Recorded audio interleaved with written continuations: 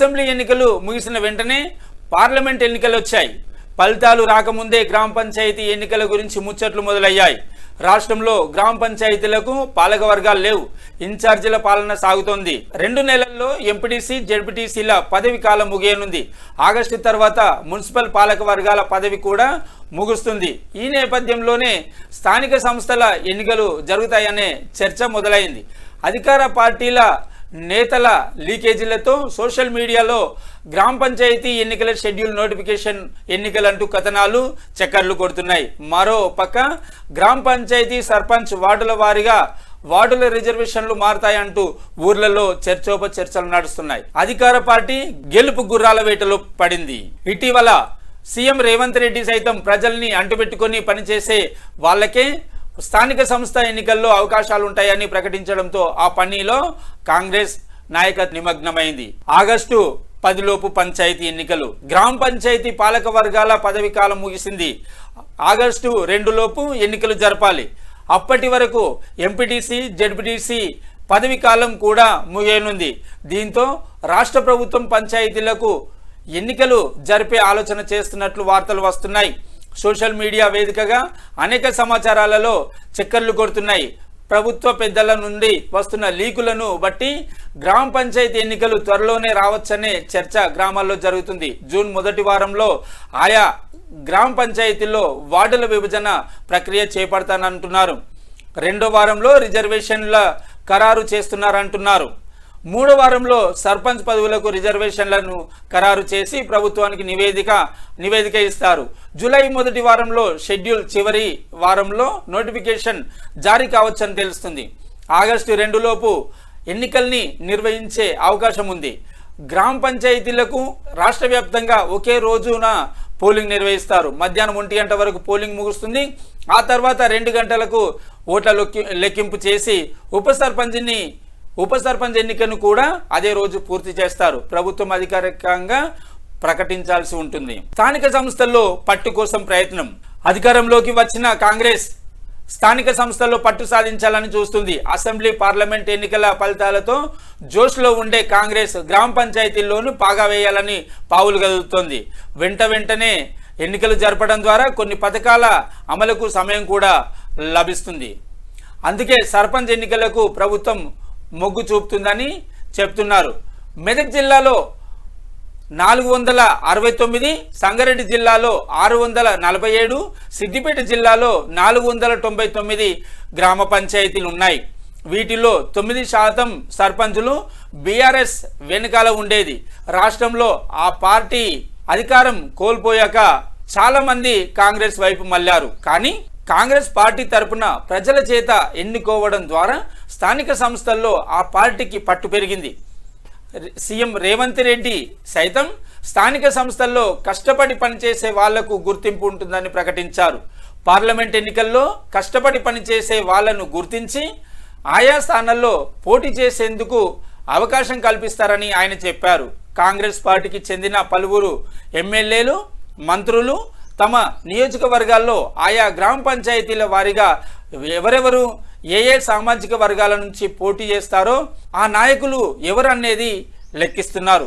ఏ గ్రామంలో ఏ సామాజిక వర్గానికి రిజర్వేషన్ ఇస్తే పార్టీ గెలుస్తుందో అనేది కూడా ఆరా తీస్తున్నారు. ఇప్పటికే కాంగ్రెస్ నాయకత్వం గ్రామాల్లో గెలుపు గుర్రాల వేటలో పడ్డారు. గతంలో ఉన్న రిజర్వేషన్ల ప్రకారం ఎన్నికలకు పోతే కాంగ్రెస్ గెలుపు అవకాశం ఉందా, లేక గ్రామాల్లో పలుకుబడి ఉన్న నాయకుడికి అనుకూలమైన రిజర్వేషన్లు మార్చాలనా అనే చర్చ జోరుగా జరుగుతుంది. జూలై చివరిలో లోకల్ ఫైట్ వచ్చే నెలల్లోనే కంప్లీట్ చేయాలని భావించిన సర్కార్ ఇంకా కొలికిరాని బీసీ రిజర్వేషన్ ఫార్ములా గ్రామ వార్డు స్థాయిల్లో మొదలవని సర్వే. ఈసారి రిజర్వేషన్ మార్పు. స్థానిక సంస్థల ఎన్నికల్లో ఇంతకాలం ఉన్న బీసీ రిజర్వేషన్ ఫార్ములా ఈసారి మారనున్నది. సుప్రీంకోర్టు ఉత్తర్వులతో 2021 తర్వాతి పరిస్థితులను బేరీజు వేసుకుని ఫైనల్ చేయాల్సిన అవసరం ఉన్నది. ఇప్పటికిప్పుడు సర్వే మొదలుపెట్టినా కనీసం 2 నెలలు సమయం పడుతుందని బీసీ కమిషన్ వాదన. గత ఎన్నికల్లో ఖరారైన రిజర్వేషన్లు ఈసారి మారే అవకాశం ఉన్నది. ఇప్పటికే సర్పంచ్ ఎంపీటీసీల ఎన్నికల కోసం అన్ని పార్టీల్లోని లోకల్ లీడర్లు రెడీ అవుతున్నారు. కార్యకర్తలు అనుచరులను సన్నద్ధం చేస్తున్నారు. కానీ బీసీ రిజర్వేషన్ ఫైనల్ కాకపోవడంతో పాటు గత ఎన్నికల నాటి రిజర్వేషన్లను వర్తించకపోవడంతో కన్ఫ్యూజన్ నెలకొన్నది. జనరల్ స్థానాల్లో బీసీలు గెలిచిన సందర్భాలు తక్కువ కావడంతో రిజర్వేషన్ ఇప్పుడు ఆశావాహులకు కీలకంగా మారింది. ఇంకా కొలికిరాని బీసీ రిజర్వేషన్ ఫార్ములా, గ్రామ వార్డు స్థాయిలో మొదలవని సర్వే, కనీసం 2 నెలలు పట్టే ఛాన్స్. బీసీ కమిషన్ కనుసన్నల్లోనే చీఫ్ సెక్రటరీకి ఇటీవల వరుస విజ్ఞప్తులు, పాత గణాంకాలపై సుప్రీంకోర్టు ఆంక్షలు, ప్రభుత్వం నుంచి లభించని గ్రీన్ సిగ్నల్, జూలై చివరి వరకు స్పెషల్ ఆఫీసర్ల పాలన, ఆగస్టుకు బీసీ కమిషన్ గడువు కంప్లీట్. గ్రామీణ స్థానిక సంస్థల ఎన్నికలను జూన్ చివరి వరకు కంప్లీట్ చేయాలని రాష్ట్ర ప్రభుత్వం భావించినా ఆ దిశగా ప్రాథమిక కసరత్తు ఇంకా ప్రారంభం కాలేదు. జూలై 2nd వీక్లో అసెంబ్లీ సెషన్ జరగనున్నందున ఆ తర్వాతే లోకల్ బాడీ ఎలక్షన్ నిర్వహించనున్నట్లు సమాచారం. ప్రభుత్వం నుంచి ప్రకటన వెలువడగానే రాష్ట్ర ఎన్నికల కమిషన్ నుంచి షెడ్యూల్ రిలీజ్ కావచ్చనే టాక్. గ్రామాల్లోని స్పెషల్ ఆఫీసర్ల పాలన జూలైతో ముగుస్తున్నది. కానీ ఇప్పటికీ బీసీ రిజర్వేషన్లు ఖరారు కాలేదు. రిజర్వేషన్లను ఖరారు చేయడానికి బీసీ కమిషన్ నోడల్ ఏజెన్సీకి లేఖ రాసింది. సుప్రీంకోర్టు తాజా తీర్పు ప్రకారం రాష్ట్ర వ్యాప్తంగా గ్రామ పంచాయతీలు, ఎంపీటీసీ, జెడ్పీటీసీలకు బీసీ రిజర్వేషన్లను ఖరారు చేయాల్సిన అవసరం ఉన్నది.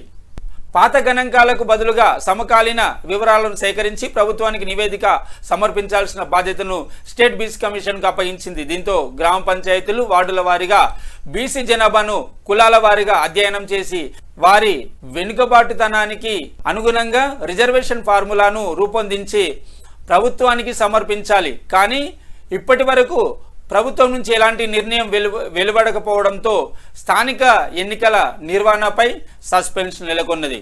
రాష్ట్ర ప్రభుత్వం నుంచి నిర్ణయం వెలువడి బడ్జెట్ రిలీజ్ అయితేనే ప్రభుత్వ యంత్రాంగం సహకారంతో వార్డుల వారీ రిజర్వేషన్లు కొలికి వచ్చే ఛాన్స్ ఉంది. బీసీ రిజర్వేషన్లను ఖరారు చేయడానికి సుప్రీంకోర్టు ఉత్తర్వుల మేరకు ప్రతి వార్డులోనూ బీసీ ఓటర్ల లెక్క తేలాలి. జిల్లా స్థాయిలో కలెక్టర్, మండల స్థాయిలో ఎంపీడీఓల సహకారంతో బీసీ ఓటర్ల సంఖ్య ఖరారు కావాలి. ఇంటింటి సర్వే నిర్వహించి బీసీ ఓటర్ల గణాంకాలను సేకరించాల్సి ఉంటుంది. ఓటర్ల డేటా కోసం ఓటర్ల డేటా కోరిన బీసీ కమిషన్ గడిచిన 3 పంచాయతీల ఎన్నికల ఓటర్ల డేటాను ఇవ్వాల్సిందిగా బీసీ కమిషన్ ఇప్పటికే పంచాయతీరాజ్ డిపార్ట్మెంట్ను కోరింది. వారి దగ్గర వివరాలున్న బీసీ కమిషన్కు అవి అందలేదని తెలిసింది. ఓటర్ల లిస్టు ప్రకారం సర్వే నిర్వహించాల్సి ఉంటే పంచాయతీ వార్డుల వారీగా జాబితా అవసరం. ఎన్నికల కమిషన్ దగ్గర పోలింగ్ బూతుల వారి డేటా మాత్రమే ఉన్నందున వార్డుల వారి జాబితాను రూపొందించడం భారీ ప్రవాసనంగా మారింది. 2019లో పంచాయతీ ఎన్నికలు జరిగిన అప్పటి లెక్కలను పరిగణలోకి తీసుకొని ఇప్పుడు ఎలక్షన్ నిర్వహించడం సుప్రీంకోర్టు ఉత్తర్వులకు విరుద్ధమని తాజాగా వెనుకబాటుతనాన్ని నిర్ధారించి ఆ మేరకు రిజర్వేషన్లను ఖరారు చేయాలని బీసీ కమిషన్ వాదన. ఈ నెల 15న జరిగిన సమావేశంలో బీసీ రిజర్వేషన్ పై చర్చ జరిపిన కమిషన్ యాక్షన్ ప్లాన్ పై డిస్కస్ చేసింది. ఇప్పటికే పలుమార్లు పంచాయతీ రాజ్కు లేఖలు రాసినా అక్కడి నుంచి స్పందన లేకపోవడంతో చీఫ్ సెక్రటరీకి సైతం విన్నవించాలని నిర్ణయం తీసుకున్నది. ప్రతి గ్రామ పంచాయతీలోనూ సర్వే కోసం ప్రభుత్వ యంత్రాంగాన్ని వినియోగించుకోవాల్సి ఉన్నందున పటిష్టమైన కోఆర్డినేషన్ మెకానిజాన్ని రూపొందించడం అవసరమని కమిషన్ భావిస్తున్నది. ఇందుకు సిఎస్ను రిక్వెస్ట్ చేస్తున్నది. నిర్దిష్టంగా ఏ కులం సామాజిక రాజకీయ వెనుకబడతనానికి గురైందో నిర్ధారించాలన్నదే సుప్రీంకోర్టు నిబంధన. దీంతో కులాల వారీగా బీసీల డేటాను తయారు చేయడం అనివార్యమవుతున్నది.